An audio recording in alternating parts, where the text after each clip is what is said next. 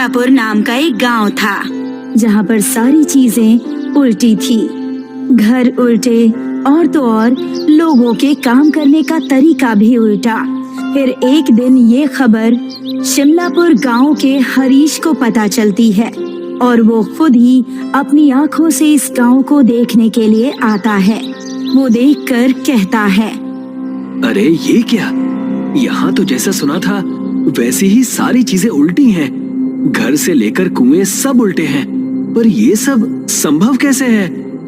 हरीश गांव में जाता है और उस एक आदमी से मिलता है जो अपनी साइकिल उल्टी चला रहा होता है और हरीश उससे पूछता है, सुनिए, क्या आप मुझे बता सकते हैं कि यहाँ सब उल्टा क्यों है और आप ये साइकिल उल्टी क्यों चला रहे हैं? मुझे ये तो नहीं पता, पर जब से मैं इस गांव में हूँ तब से सब ऐसा ही चल रहा है।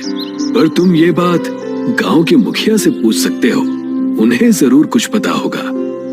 और वो मुझे कहाँ मिलेंगे? गांव में एक बहुत बड़ा पेड़ मिलेगा, जो कि गांव में अकेला सीधा पेड़ है। आपका बहुत बहुत शुक्रिया।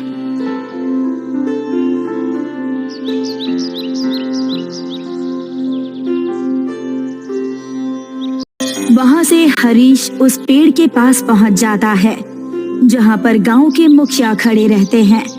हरीश उनके पास जाकर उनसे पूछता है, क्या आप मुझे बता सकते हैं कि यहाँ घर, कुएं, पेड़ सब उल्टे क्यों हैं और सिर्फ ये अकेला पेड़ सीधा क्यों है? बेटा, तुम कहाँ से आए हो और तुम ये क्यों जानना चाहते हो? मैं शिमलापुर गांव का हूँ। मैंने सुना था कि यहाँ सारी चीजें उल्टी हैं, तो मैं देखने के लिए खुद चला आया। और अब जब मैंने सारी चीजों को अपनी आंखों से देख लिया है, तो मैं बस जानना चाहता हूँ कि यहाँ सारी चीजें ऐसी क्यों हैं। फिर मैं गांव जाकर सारी बातें लिखकर उसे गांव में बांट दूंगा। देखो बेटा, मुझे पूरी बात तो नहीं पता, पर मैं यही जानता हूँ कि एक बार एक ऋषि थे जो इस गांव में इस बड़े सीधे पेड़ के नीचे बैठकर ध्यान लगाया करते थे, और किसी वजह से उन्होंने इस गांव को श्राप दे दिया, जिस वजह से इस गांव की सारी चीजें इस तरह से उल्टी हो गईं। पर उन्होंने श्राप क्यों दिया और उस श्राप को कैसे हटा सकते हैं? बेटा, ये तो मुझे भी नहीं पता, पर अगर तुम्हें जानना है तो तुम गांव के पुस्तकालय में जाकर खोजबीन कर सकते हो। शायद तुम्हें वहां कुछ मिल जाए। आपका बहुत बहुत धन्यवाद। वहां से हरीश गांव के पुस्तकालय में जाता है।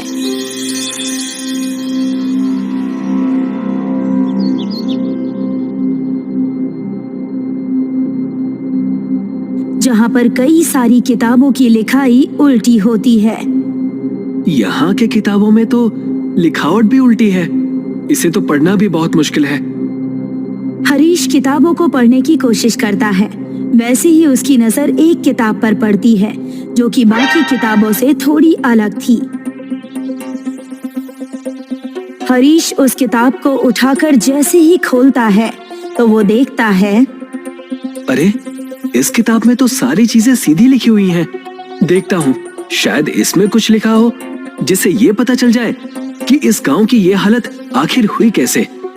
हरीश उस किताब को पढ़ने लगता है जिसमें गांव की कहानी लिखी होती है। कई सालों पहले एक संत इस गांव में प्रवेश करते हैं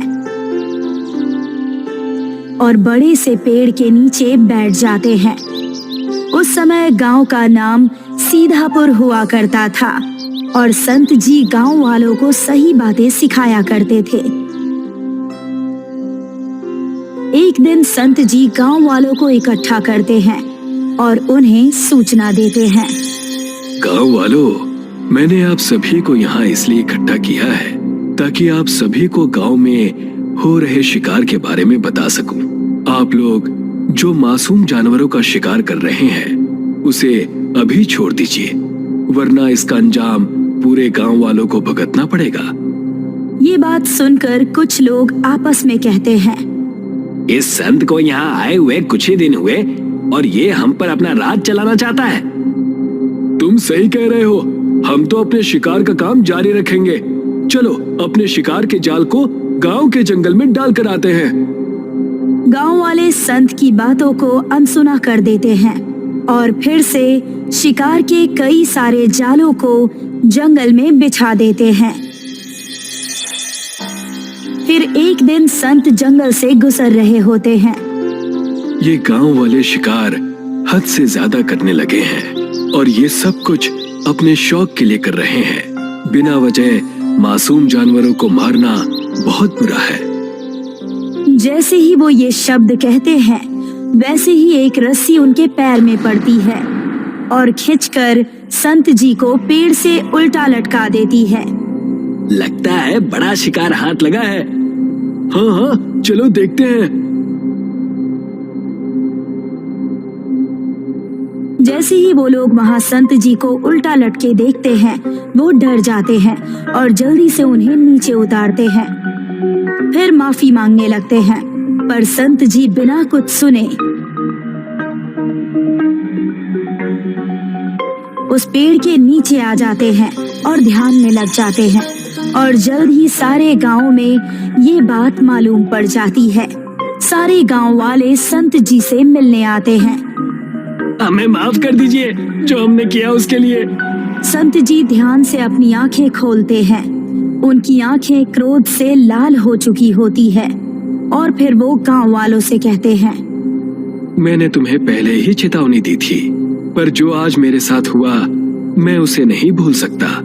जिस तरह से मैं उल्टा लटका और मुझे सारी चीजें उल्टी नजर आई, उसी प्रकार ये मेरा इस गांव को श्राप है कि ये पूरा गांव भी उल्टा हो जाएगा और इस गांव का नाम आज से ही सीधपुर से उल्टापुर होगा। गांव वाले ये सुनकर उनसे माफी मांगने लगते हैं और वादा करते हैं कि वो कभी भी आगे से शिकार नहीं करेंगे। ये देखकर संत जी को उन पर तरस आ जाती है और वो उन्हें बताते हैं, एक दिन आएगा जब एक नेक इंसान जो तुम्हारी परिस्थिति पर तरस खाएगा और तुम्हारी मदद करने की कोशिश करेगा।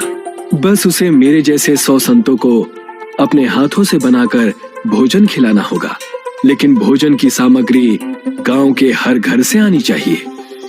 तब से लेकर आज तक सारी चीजें उल्टी है, बस उस पेड़ को छोड़कर जहाँ पर संत जी बैठा करते थे। ये किताब जो संत जी ने खुद ही लिखी थी, इस किताब को पढ़कर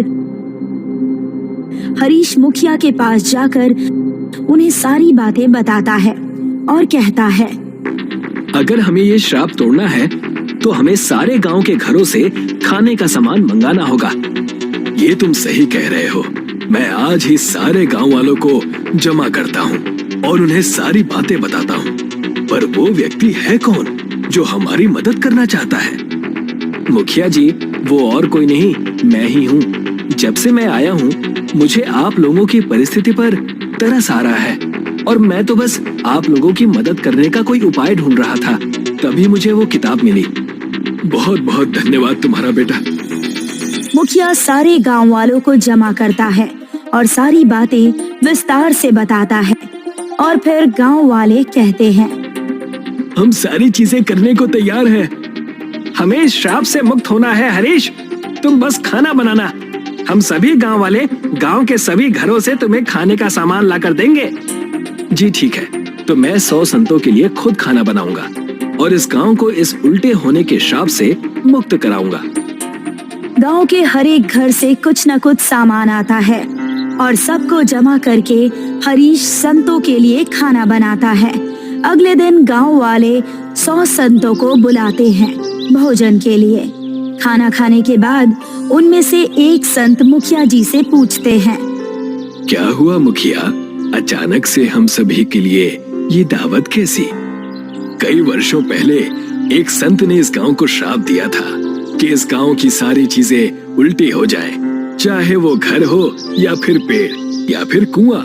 और उन्होंने कहा था कि ये सभी चीजें ठीक तभी होंगी जब कोई नेक इंसान हमारी इस दशा को देखकर हम पर तरस खाएगा और वो 100 संतों को अपने हाथों से बनाकर भोजन कराएगा और भोजन का सामान गांव के हर एक घर से आना चाहिए।